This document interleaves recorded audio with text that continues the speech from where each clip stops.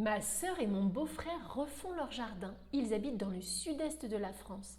Malheureusement, le dérèglement climatique les contraint à limiter l'arrosage en été. Ils viennent, semble-t-il, de signer pour des travaux d'aménagement et notamment l'installation d'une pelouse synthétique.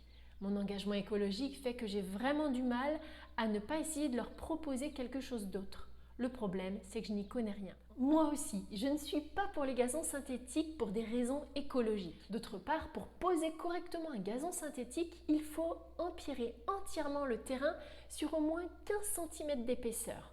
Compacter ces cailloux, comme pour faire une route en fait. Il faut niveler et puis poser le gazon synthétique. C'est la seule façon de faire qui donnera un résultat durable. Autre argument donc que vous pouvez dire à votre belle-sœur, c'est que pour bien poser un gazon synthétique, cela revient très cher.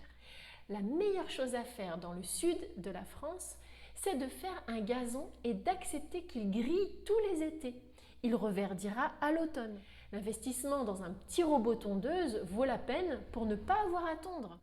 Il existe des gazons qui restent verts plus longtemps car ils sont plus adaptés au sol sec. Ils résistent bien dans le sud de la France. Notamment la fétuque élevée, Festuca arundinacea. Elle a comme avantage, elle a une excellente résistance à la sécheresse, une bonne tolérance aux températures élevées et un système racinaire profond. Quelques inconvénients, elle a un feuillage plus large, un aspect moins fin. Et puis, elle a une installation plus lente qu'un gazon classique. Pour ce qui est de la conception des massifs de plantes résistantes à la sécheresse, je vous invite à consulter mon blog.